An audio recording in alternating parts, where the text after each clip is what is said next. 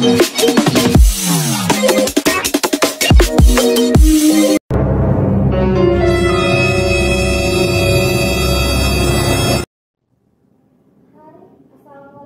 Sobat Debi semua.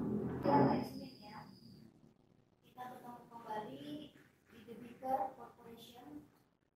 Hari ini saya ditemani sama abangnya kita Muhammad Yani ST. Beliau salah satu orang ya yang mumpuni dalam hal bidang politik mungkin. Beliau adalah salah satu orang di Electoral Institute for Development Quality. Nah, di sini nih kita mau membincangkan apa aja yang kita bincangkan ya Bang. Bisa juga yang lagi ramai di publik atau bisa juga Bang yang bisa kita buat sengaja diramaikan. Iya. Bisa ya. Kayaknya itu yang lebih. Kita boleh. Asal jangan nanti takutnya kita dipanggil. Ya. Iya. Atau kita buat hal yang menarik lah, yang mudah-mudahan orang berpikir menarik juga ya, terutama sobat-sobat debiker semua. Kalau misalnya kita bicara tentang apa nih kira-kira Bang yang mau kita ini? Demokrasi ya. Boleh. Karena kan berhubung dengan situasi politik di Bang. Ya, lagi hangat-hangatnya ini.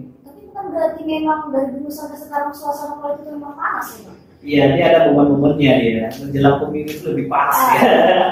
Lebih hot ya. Sah Bang, betul sekali. Apalagi menjelang 2024 ya Bang? Siap. Kakak maju nanti?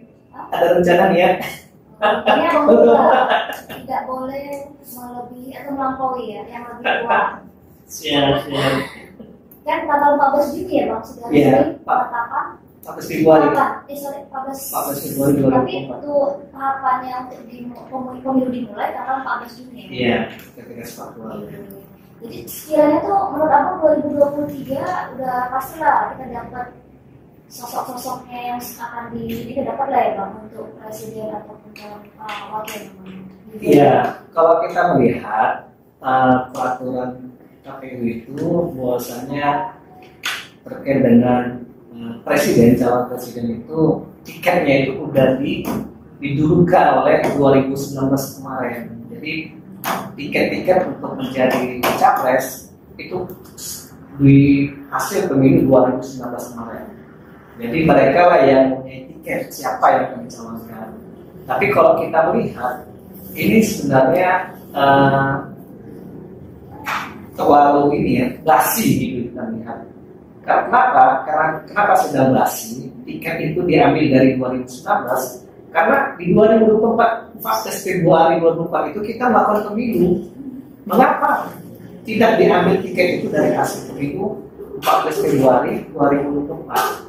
Jadi disitulah seharusnya diberikan ruang yang terbuka selebar-lebarnya untuk merebut suara sebanyak-banyaknya ketika pemilu itu untuk menjadikan tiket mengantarkan pada pilpres ke depannya. Jangan diambil dari pemilu 2019. Nah ini saya mengatakan tiketnya basi gitu. Jadi ini udah mulai penentuan tetap pilpres itu sudah ditentukan oleh segelintir orang karena mereka mempunyai tiket.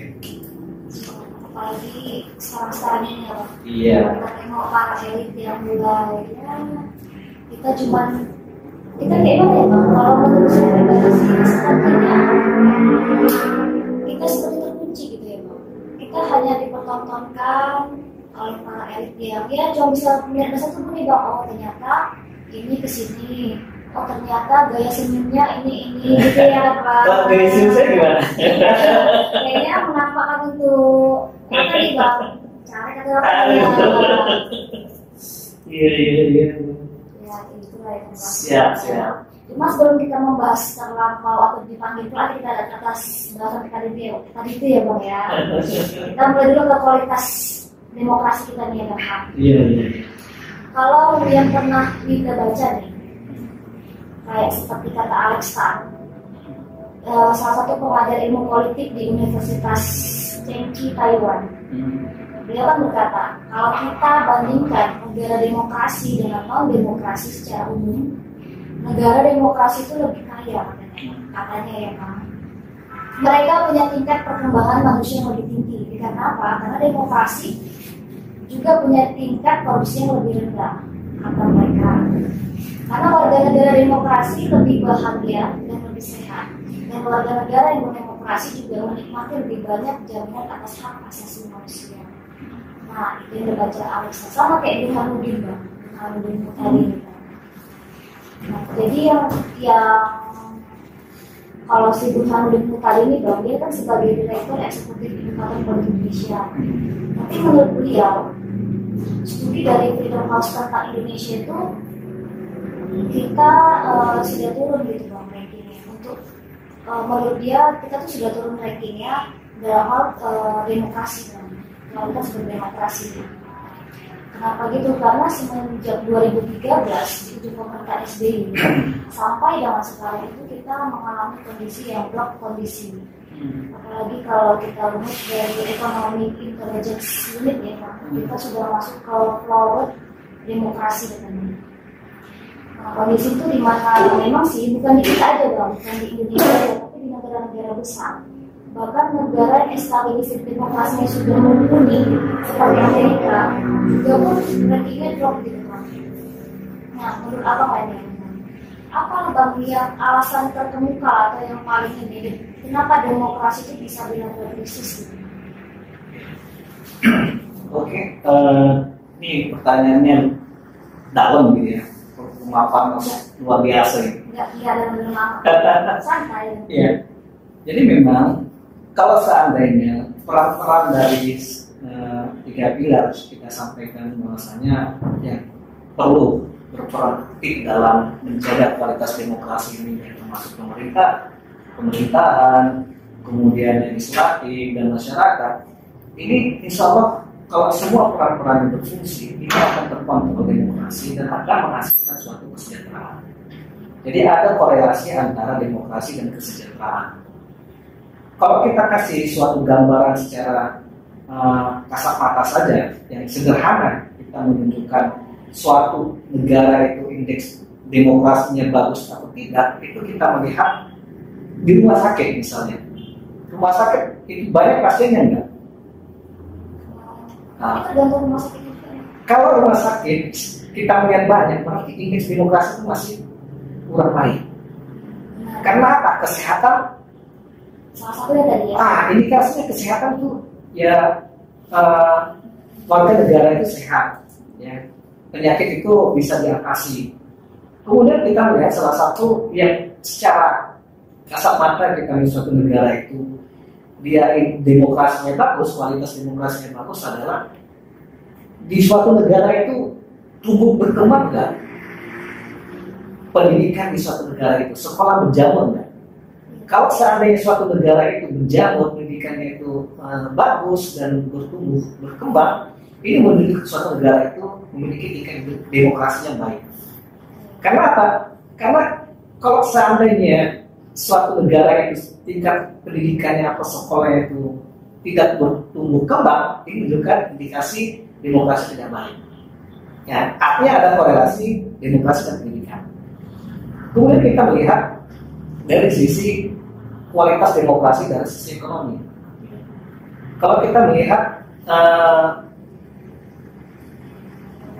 suatu negara itu, ya, kalau kita melihat kualitas demokrasinya bagus dan sisi ekonominya adalah tingkat industri dan seterusnya itu akan bertumbuh besar di suatu negara, ya, dan dipermudah seluruh akses perizinan dan seterusnya. Nah, ini menunjukkan keseriusan. Nah, tapi kalau suatu negara terjadi penghambatan dari Cina, kemudian pertumbuhan pasar, dan kemudian dibungkam semua segala macam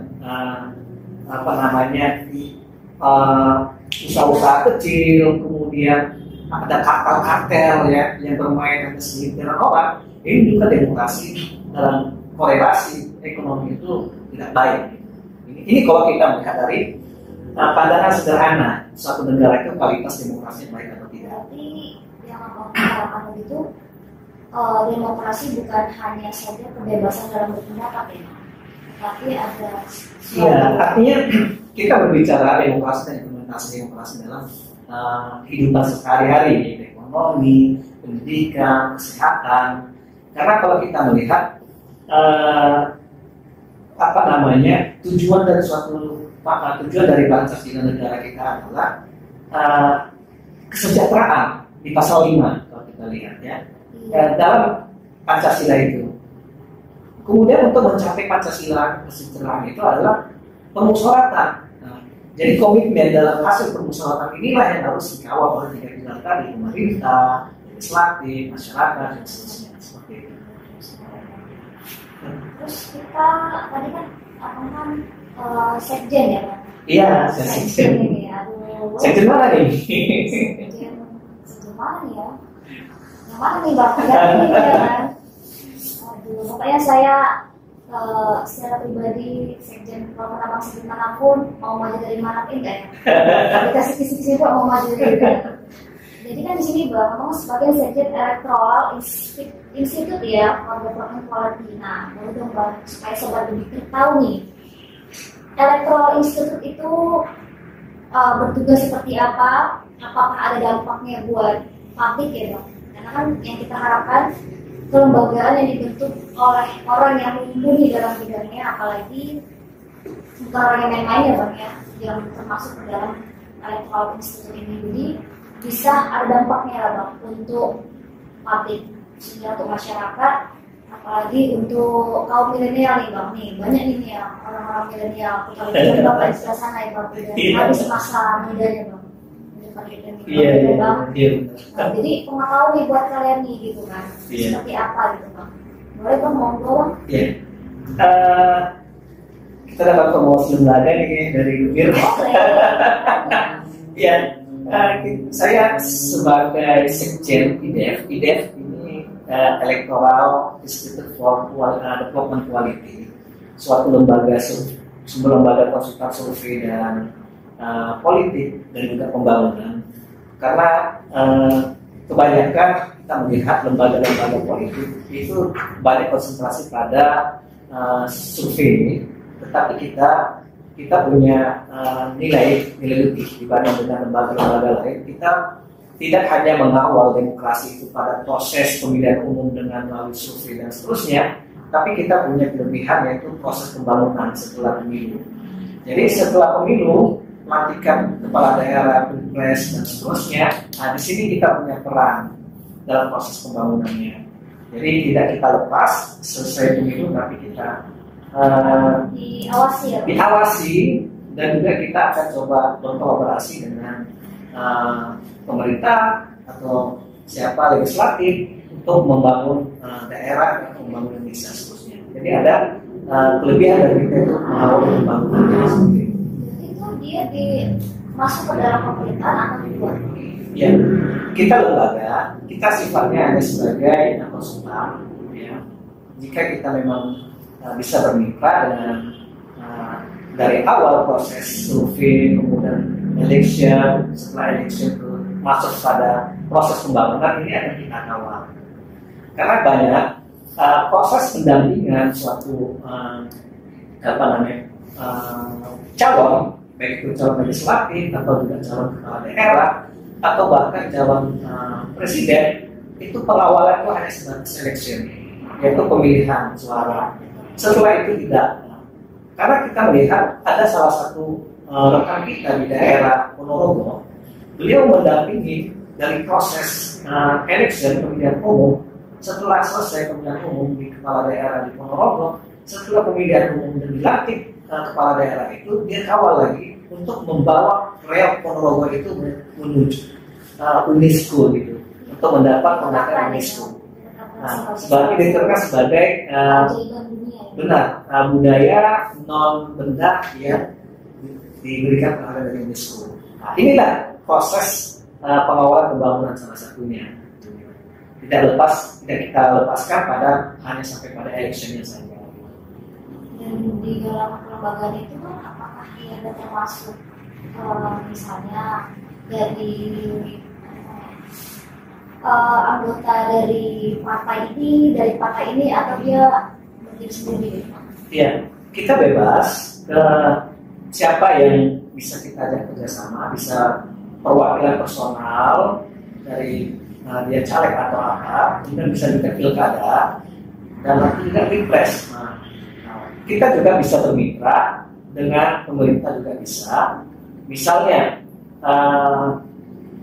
kemarin kita audiensi kemarinnya ke Dewan Pertimbangan Presiden di bidang kesejahteraan, ya Pak Marbiono.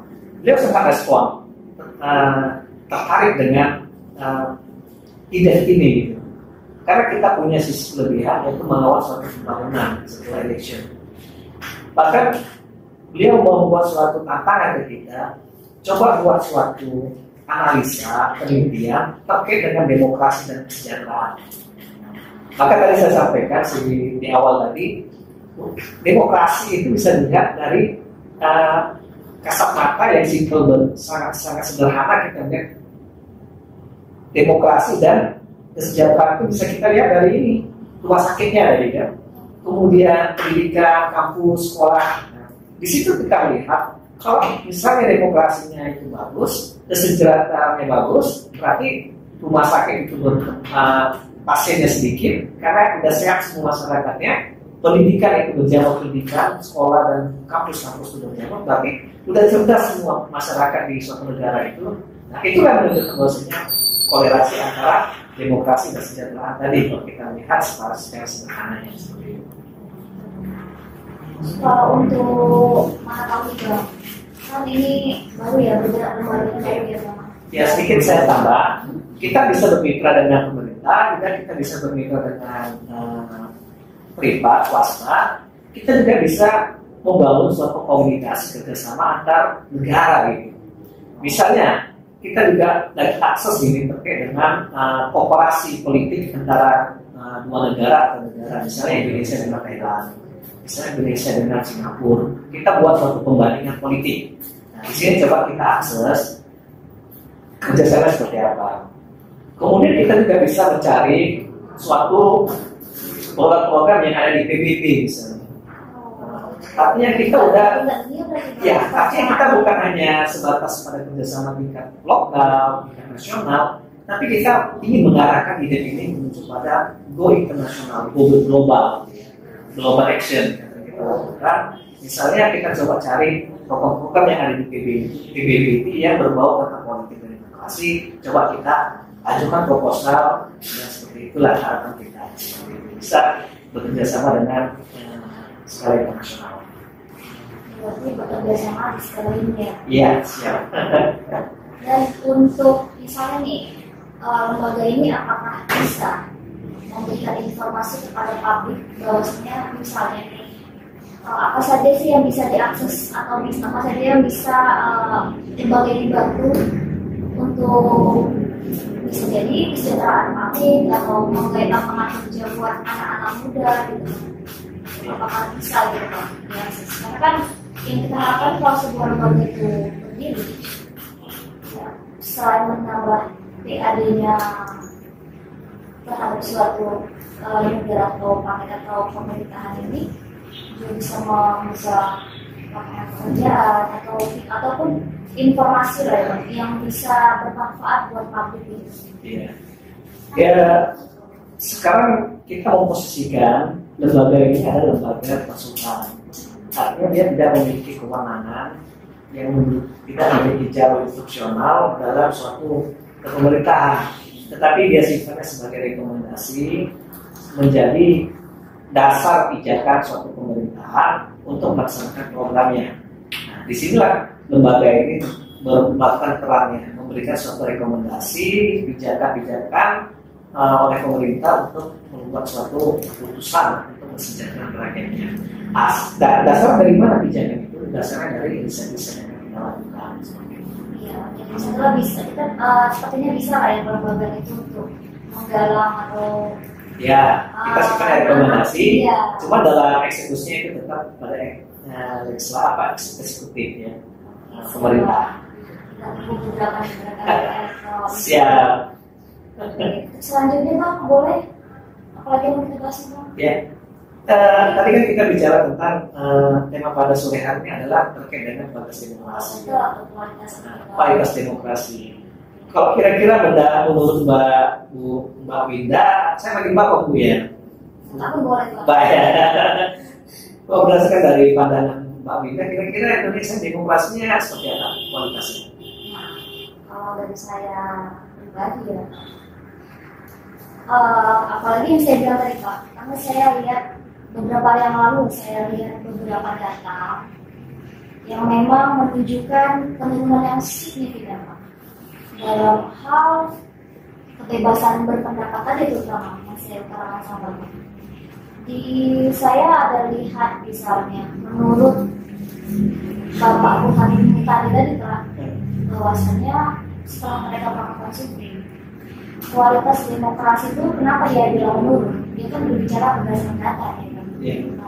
Nanti Bapak apa Ya, terserah dia. Ini Bang, jadi kan Bang, dari tahun 2009 ya Bang, 2014 sampai 2019 berdasarkan data yang mereka himpun, menurunnya yang dibilang tadi menurunnya kualitas demokrasi itu dikarenakan apa? Ada sekitar 4 lah Bang indikator tadi. Yang pertama dari masyarakat yang takut berbicara tentang masalah politiknya kayak gini Bang. Sebenarnya kita juga takut Bang. Oh gitu ya. Kayak sebut pendapat ya. Mudah-mudahan lah. Terus yang kedua kan pas warga itu masyarakat tuh masih takut gitu Bang. Dalam hal sudah berbicara kita yang agak dikontrol dalam hal penangkapan nih Bang yang semena-mena oleh aparat hukum. Nah, itu ini berdasarkan indikator yang dikeluarkan oleh survei nasional SNFC nih Bang dalam Burhanuddin tadi 2020 nih Bang yang dikeluarkan datanya. Masyarakat juga masih takut dalam hal ikut berorganisasi. Masyarakat juga takut melaksanakan ajaran agama. Itu sama sih Bang dengan yang sudah dikeluarkan oleh jejak pendapat Litbang Kompas. Jadi kebebasan berpendapat juga lebih tinggi kan 33,5%. Polemik yang Bang bilang tadi tentang undang-undang IT juga iya. Konflik antar kelompok juga iya Bang. Nah, itulah dia Bang yang menurut kita masih sangat turun Bang. Berbeda sekali dengan yang lalu-lalu dari itu kan. Nah, tapi ya kita kayak seperti yang Bang bilang tadi, kita walaupun kita merasa seperti tadi nih Bang, merasa kayaknya sekarang kebebasan berpendapat turun, kita takut, kita ini, tapi kan bukan berarti kita tuh tidak boleh berbicara.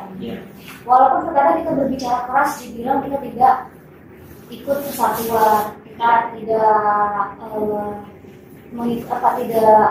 Pancasila yang sekarang lagi happening lagi tuh kan, kalau tidak di luar dari jalur itu pendapatnya kan. Tapi kan itu juga tidak mungkin menumbuhkan semangat kita buat menyadarkan juga sih kayak kaum muda, walaupun dengan cara mungkin kita tuh kelihatan seperti ini ya Bang, kayak lemah lah gitu nengok elit sekarang ya kan Bang, masih percaya atau enggak gitu kan Bang. Iya. Nah tapi kan bukan berarti kita tuh harus milih, biarin lah gitu.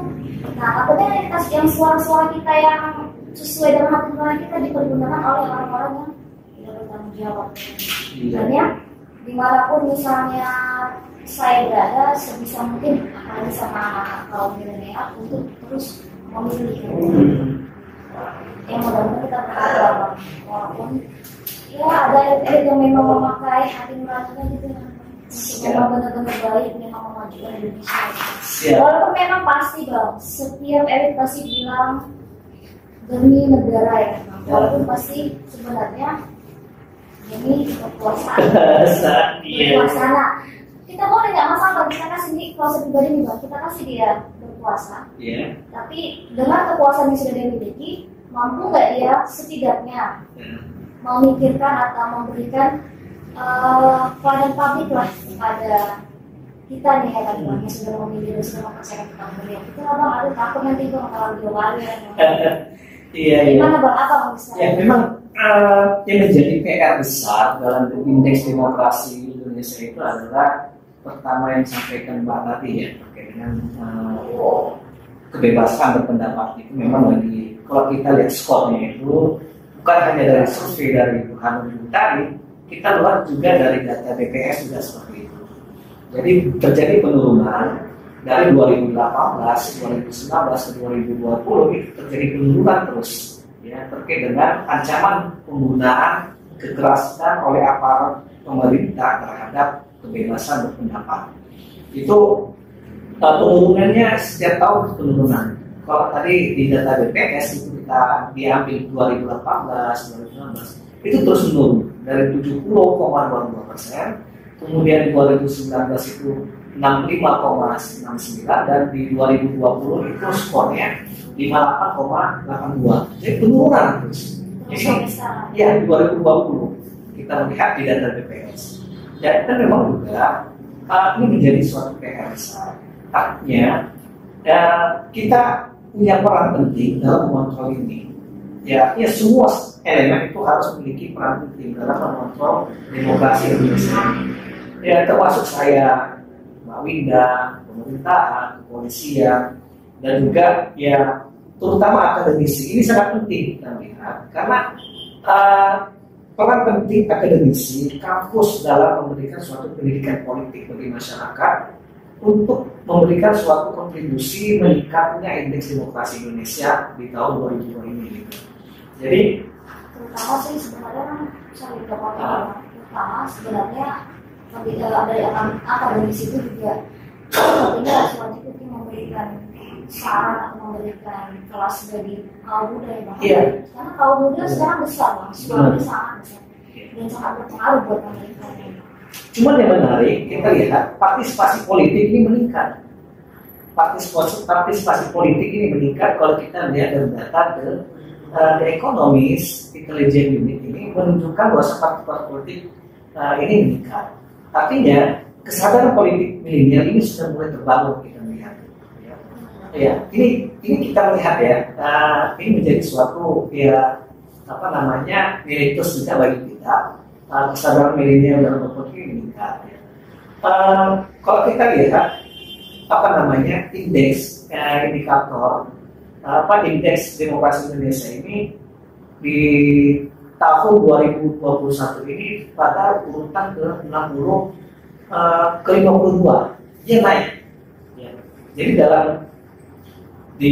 dalam perjalanan selama COVID 2 tahun ini di 2021 terjadi peningkatan, di mana 2019 itu pada peringkat 64, stagnan juga di pada tahun 2020.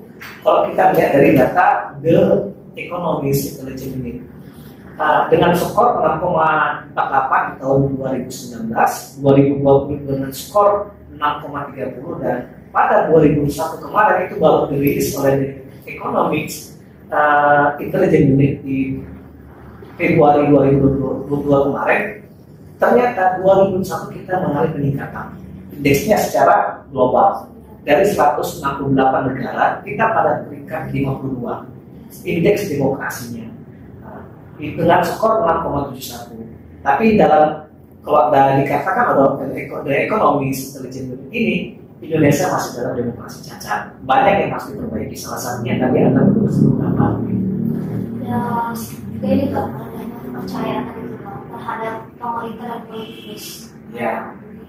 Makanya kalau saya pribadi salah satu yang mendasar di demokrasi mengalami krisis gitu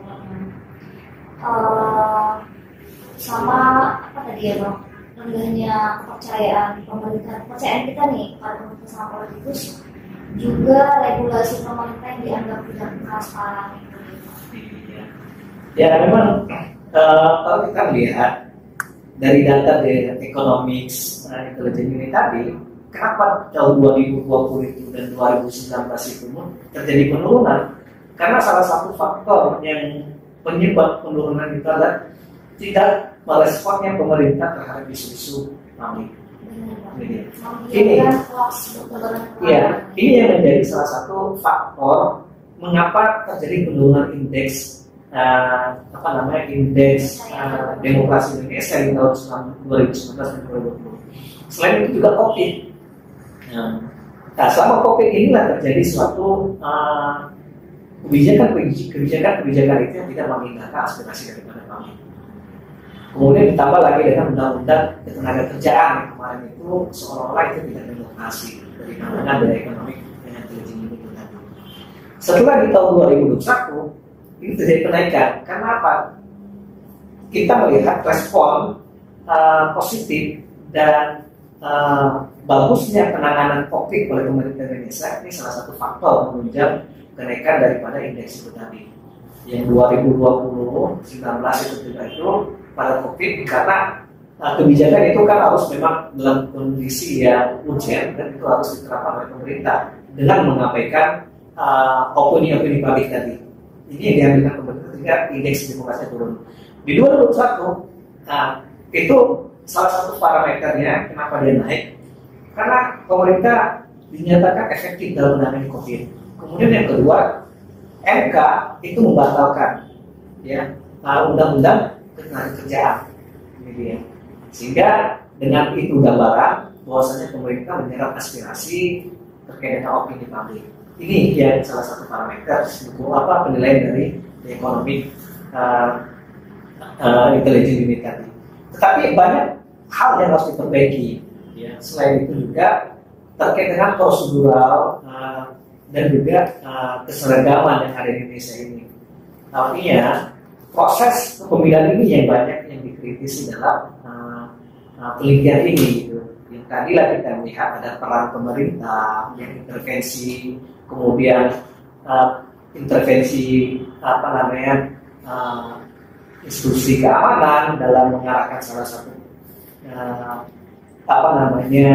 pilkada dan seterusnya. Nah ini masih nampak gitu. Tapi yang harus dilakukan. Kemudian proses pemilihan yang 2019 kemarin banyak yang meninggal. Sebenarnya ini proses ini yang harus diperbaiki. Termasuk juga kita proses PT Pak Presiden threshold ini juga menjadi salah satu yang harus kita kritisi juga. Ini karena proses Pak Presiden threshold ini dengan 20% kursi yang ada di pemerintah atau 25% suara, ini kita lihat tidak demokrasi. Gitu. Ini salah satunya yang harus kita kritisi sistem pemilihan yang ada di undang-undang KPU ini, karena kita memberikan keleluasaan bagi anak-anak bangsa yang memiliki prestasi dan pemikiran untuk tampil. Jadi hanya di 20% hanya beberapa orang yang bisa menjalankan presiden itu. Ya, ini yang harus kita ubah sistemnya ini seharusnya. Kalau kita ingin menunjukkan benar-benar menjadi negara demokrasi yang seutuhnya gitu ya. Ya belum banyak hal-hal yang harus diperbaiki. Ini proses saya rasa. Tapi kita juga mengapresiasi peran dan fungsi pemerintah yang mengangkat indeks demokrasi Indonesia yang dari 6,30 menjadi 6,71 dari tingkat 64 dari 168 negara menjadi 52 peringkat 52 dari 168 negara. Ini harus kita apresiasi walaupun banyak PR yang harus dilakukan ke depan. Menurut apa untuk menaikkan tingkat kepercayaan masyarakat terhadap pemerintah itu seperti apa ya? Kalau saya melihat simpel saja. Kalau ingin pemerintah itu mendapat tingkat kepercayaan yang tinggi adalah tegakkan keadilan. Karena di keadilan inilah menjadi salah satu parameter yang akan menunjukkan demokrasi itu berdiri.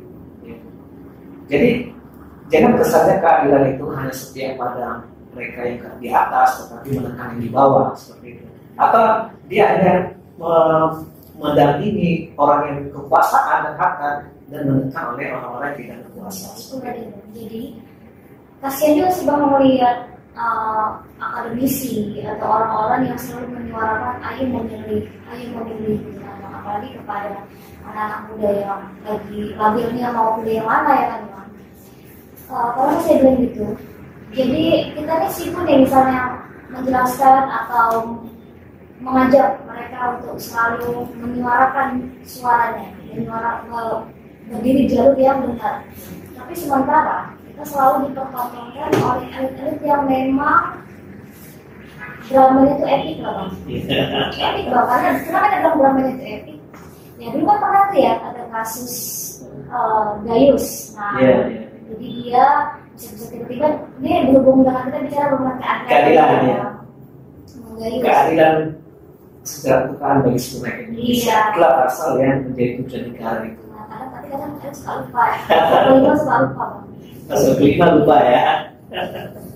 Nah, jadi kayak seperti Gayus nih Bang, dia sempat di penjara tapi setelah itu keluar, bisa dia makan tenis kalau nggak salah dengan wig yang cantiknya dia kan. Iya. Artinya gini, itu memang fakta yang ada di hadapan kita. Terus kita sebagai anak bangsa yang memiliki kesadaran politiknya tinggi dan ada keinginan untuk memperbaiki kondisi Indonesia, ya inilah peran kita harus kita maksimalkan.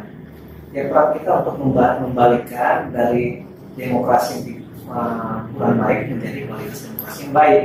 Ya, disinilah kita sebenarnya peran kontrol yang paling besar itu adalah masyarakat. Kita, saya, Mbak Winda, kemudian lembaga-lembaga politik dan lembaga-lembaga lainnya di luar pemerintahan. Sebenarnya kita yang memiliki peran yang sangat penting untuk mengontrol pemerintahan kita. Kemudian ya kita juga tidak nggak boleh apatis dengan kondisi negara saat ini. Ini yang harus kita coba. Ini 2024 ini bentar lagi loh. Nah, coba kita tampilkan orang-orang yang memiliki integritas yang tinggi, kemudian mereka yang punya niat yang baik untuk merubah bangsa ini, dia kita dukung. Bagi orang-orang yang bermain dengan money politik, coba kita sudah coblos dia. Ini menjadi suatu pelajaran efek sosial bagi dia, agar dia menghargai dari suatu demokrasi ini. Jangan bintang-bintang dia punya uang, dia bisa membayar kita seenaknya tanpa menghormati suatu demokrasi yang ada di Indonesia ini. Nah, disinilah proses perbaikan itu akan mulai di 2024 itu. Tampilkan orang-orang yang memiliki kualitas yang bagus, integritas, dan punya niat yang baik untuk membangun bangsa. Nah, disinilah proses awalnya. Setelah itu baru kita serahkan kepada yang Maha Kuasa untuk selalu membimbing mereka untuk menyelesaikan tugas-tugas negara dengan baik. Seperti itu. Menurut Abang di 2024 siapa lah Bang? Ya, saya rasa ini isi-isi nih dari sekjen. Saya rasa masing-masing partai ini udah mulai melakukan membranding ya, membranding calon-calon legislatifnya dan proses rekrutmen dalam berjalan. Saya rasa masing-masing partai punya orang-orang yang dianggap itu memiliki integritas, punya niat yang baik, semuanya seperti itu. Cuma kan kita lihat sejauh mana orang-orang yang dicalonkan, dimunculkan oleh partai ini bisa membawa demokrasi yang baik. Jangan ketika dia dalam pandangan partai yang dia baik, tetapi dalam proses election nanti dia terjadi proses money politik dalamnya, ini harus kita inikan, harus terus kita sampaikan ini tidak benar prosesnya ini. Karena ini mencederai suatu demokrasi, tidak menghargai demokrasi itu, ada punya uang dia bisa bayar demokrasi yang seperti itu. Ya, artinya ya kita lah sebagai pilar ketiga untuk mengawal itu. Kemudian ya kita juga harus memahami bahwasanya kita ini adalah negara Pancasila. Kalau kita urai Pancasila ini pasal 1 sampai pasal 3 ini adalah dasar negara, asasnya suatu negara itu. Ketuhanan yang Maha Esa. Ya, artinya negara Indonesia ini adalah orang-orang yang negara beragama gitu. Ya, seperti itu. Jangan cederai suatu demokrasi ini dengan melakukan diskriminasi salah satu agama di dalamnya. Ya. Ini salah satu ketika pemerintah melakukan pencederaan salah satu agama misalnya, ini berarti demokrasinya cacat. Ya. Karena dia sudah melanggar asas suatu negara. Ya. Kemudian yang kedua adalah Pasal 1 ayat 3 itu adalah asas dari suatu negara, yaitu kemanusiaan yang adil dan beradab. Artinya kita bareng bersama merajut suatu persahabatan atas dasar kemanusiaan. Misalnya ada suatu daerah yang mengalami bencana, kita dasar kemanusiaan itulah terbangun, kita berbagi kita untuk melakukan tolong menolong. Baru nggak masuk pada persatuan Indonesia. Ini dasar kita. Kita udah selesai. Jangan kerajaan itu kita lalui, dan kita dengan kesadaran itu membentuk suatu bangsa, yaitu pada Sumpah Pemuda yang menyatakan kita adalah bangsa yang satu, yaitu Indonesia, seperti itu. Kemudian kita membentuk negara di tahun 1945. Nah, disinilah kita mendeklarasikan Indonesia menjadi negara. Nah, setelah 45 inilah proses pembangunan yang terjadi. Terus tujuan dari suatu negara itu kan saya katakan kerakyatan yang dipimpin oleh keadilan sosial bagi seluruh rakyat Indonesia. Ini dia, pasal kelima ini adalah tujuan negara. Kalau kita memahami Pancasila, nah ini harus dikritisi juga sebenarnya, dan bagian dari masukan juga untuk dinas pendidikan atau menteri pendidikan untuk menghidupkan kembali pemahaman terhadap Pancasila ini gitu. Kalau dulu kita di SD ada namanya PMP gitu ya. Setelah itu PPKN dan seterusnya. Pelajaran itu ya PMP, PPKN dan seterusnya. Ini kita lihat, anak saya sendiri itu nggak pernah berbicara itu, menghafal Pancasila kadang. Nah, ketika di rumah kita keluar ke SD, kita disuruh menghafal mati itu Pancasila. Undang-undang dasar kita disuruh hafal mati itu. Ketika SD, depan umum, setiap upacara, bahkan dipanggil satu-satu siswa itu untuk tampil menghafalkan Pancasila dan Undang-Undang Dasar di depan lokal. Di sini kita melihat terjadi suatu penurunan, fenomena seterusnya saya melihat. Maka ini tugas Kementerian Pendidikan, Dinas Pendidikan, coba menguatkan kembali nilai-nilai Pancasila, pemahaman Pancasila, dan kuatkan kembali hafalan Pancasila itu terhadap anak didik seperti itu. Karena apa? Di pasal kelima ini tujuan negara itu ya keadilan sosial bagi seluruh rakyat Indonesia. Saya rasa banyak sekarang orang tua ini lupa Pancasila isinya. Ini bisa dites mungkin nanti. Ada yang mungkin ini dites harus ini. Bagaimana untuk mencapai tujuannya itu adalah permusyawaratan tadi. Untuk mengisi ruang-ruang permusyawaratan itu dengan proses demokrasi yang dilalui dengan pemilihan umum. Seperti itu. Keterwakilan rakyat untuk mengambil keputusan besar di parlemen. Ini melalui pemilihan umum. Jadi kalau yang pernah dibilang sama Alex tadi bang, Alex ini dia pengajar politik di Universitas Cengkitayong. Dia ada bilang tentang demokrasi bukan tujuan. Demokrasi adalah perjalanan yang kita tempuh bersama sebagai warga, sebagai bangsa, juga sebagai negara. Yang jadi pertanyaan, apakah demokrasi bisa sejalan atau bisa beradaptasi dengan perubahan global? Iya, demokrasi bisa mengikuti perubahan global. Karena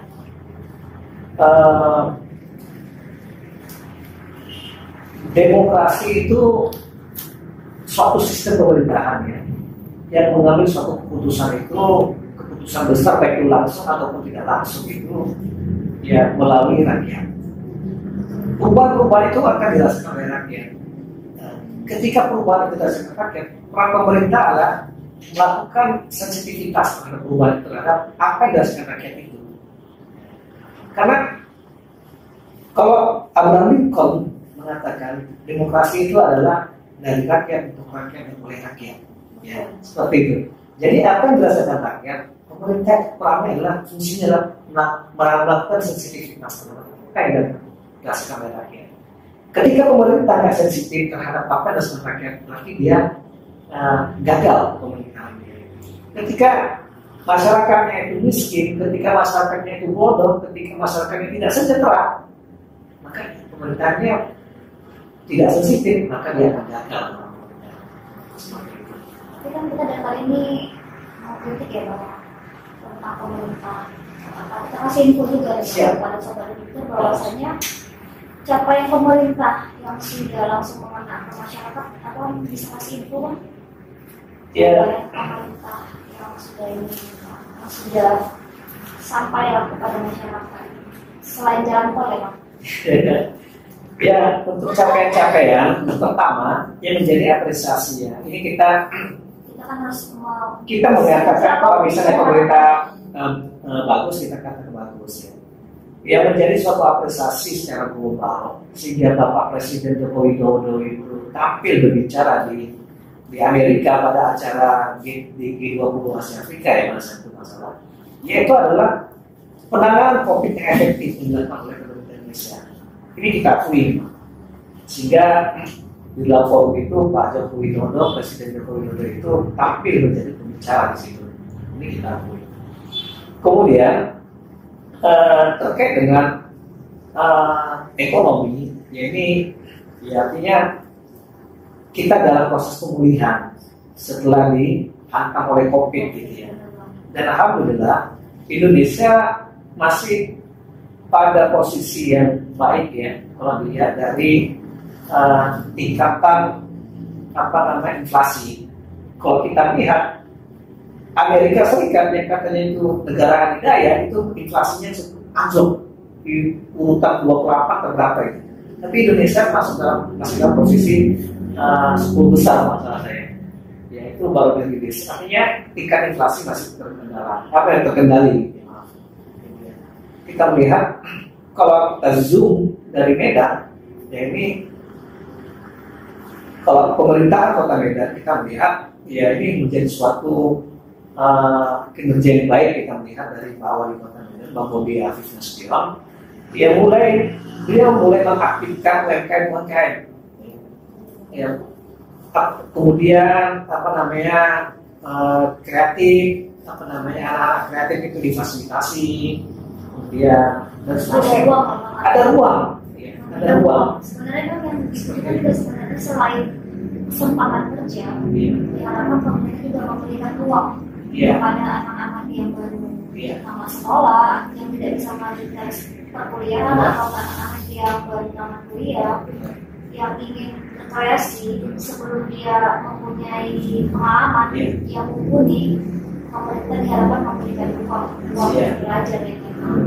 Jadi di bawah kepemimpinan Bang Bobi, Wali Kota Medan ini diberikan ruang seluas-luasnya untuk industri kreatif. Ya, sekarang kita lihat ada beberapa kegiatan yang kemudian di situ ada juga UMKM dan seterusnya. Ya, ini harus didukung karena ini menjadi suatu salah satu untuk meningkatkan ekonomi di masyarakat Kota Medan. Iya, karena kita setuju ya. Cuma satu nih Bang, satu lagi boleh ya? Masuk misalnya dalam hal apa tadi nih Bang, yang dari pertanyaan ini dari yang soal yang perkuasaan kan melalui data yang Abang ini tadi juga ada data yang juga berikan tadi. Menurut Abang hal yang lebih mendasari untuk kualitas demokrasi ini yang mengganggu lah, yang membuat krisis dan segala macamnya. Apakah kekuasaan ataukah masyarakat sipil itu yang mendasari menjadi virus di dalam demokrasi gitu. Apakah faktor kekuasaan atau masyarakat ini? Demokrasi tadi yang mendasari atau yang membuat krisis dalam hal demokrasi. Ya. Kalau kita melihat sebenarnya yang harus diperbaiki dalam demokrasi itu tadi adalah terkait dengan pluralisme, kesetaraan, kemajemukan, kemajemukan. Ini harus diperbaiki. Ya. Ini menjadi catatan yang masuk kemajemukan ini, pluralisme. Jadi jangan sampai ada isu yang mendiskreditkan salah satu etnis dan seterusnya. Ini para pemerintah harus penting memberikan suatu konsentrasi di situ. Kemudian proses pemilu, proses demokrasi pemilu. Nah ini harus diperbaiki karena ini menjadi satu catatan merah untuk pemerintah dalam meningkatkan indeks demokrasinya. Ya artinya yang harus diperbaiki sebenarnya pada sistem, ya pemerintah gitu. Kalau yang masyarakat ini adalah dia akan mengikuti sistem itu ketika sistem itu udah benar gitu. Tapi kalau sistem sudah benar, ya akan terjadi suatu penolakan dari masyarakat. Kekuasaan pemerintah. Jadi kita melihat, udahlah sekarang kita udahlah untuk meningkatkan demokrasi, udahlah jaga netralitas dari suatu aparat, dari pemerintah, dari kepolisian. Jangan ada lah untuk kecondongan mengarahkan sana sini. Netralitas lah. Ini harus diperbaiki. Ini menjadi suatu rahasia umum ya. Kurangnya netralitas aparat dalam pemilihan. Ini keputusan khususnya. Ini harus diperbaiki menjadi merah bagi demokrasi kita. Kalau itu pembahasan kita boleh sampai di sini. Siap. Bolehlah Bang jika Abang memberikan closing statement kepada kita semua. Ya. Oke, dalam kesempatan terakhir ini ada sedikit proses. Oh ya, pada edisi ini gitu ya, pada episode ini gitu ya. Kita akan sambung ke episode berikutnya. Siap. Artinya adalah mari kita sama-sama pilar-pilar untuk menjaga demokrasi ini, baik itu pemerintah, legislatif, akademisi, kampus, masyarakat, siapapun, seluruh elemen masyarakat itu mari kita kawal demokrasi ini menjadi yang berkualitas, terutama kampus. Ya. Dari kampus inilah, dari akademisi inilah menjadi salah satu harapan kita semua sebagai bangsa untuk melakukan edukasi politik, edukasi kepada masyarakat terkait pentingnya demokrasi yang berkualitas. Itu dari saya. Oke, manis ya pastinya ya. Mudah-mudahan bermanfaat buat kita, buat sobat berpikir juga semua. Kita tutup sampai di sini, cuman bolehlah bicara sekali lagi ya. Kalau saya nih ditanya tentang kualitas demokrasi, hal yang paling dasar tentang kualitas demokrasi itu berani untuk bicara dan berani untuk speak up. Karena kunci kualitas demokrasi itu bukan pada pemimpinnya, bukan pada anggota DPR-nya, apa tadi, juga bukan pada polisinya, dan juga bukan pada siapa pemimpin KPK-nya. Tapi kualitas demokrasi itu ditentukan oleh kita yang punya suara. Itu saja.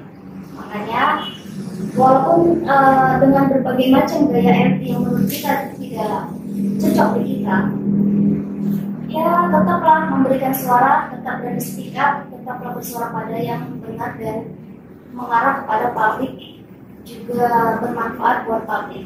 Mungkin pertemuan kita, mudah-mudahan kita kembali lagi bersama Bang Yani. Siap. Dengan episode yang lebih menantang lagi, lebih banyak pengetahuan lagi, dan sampai bertemu kembali. Jangan lupa ngopi di Bibir Kopi.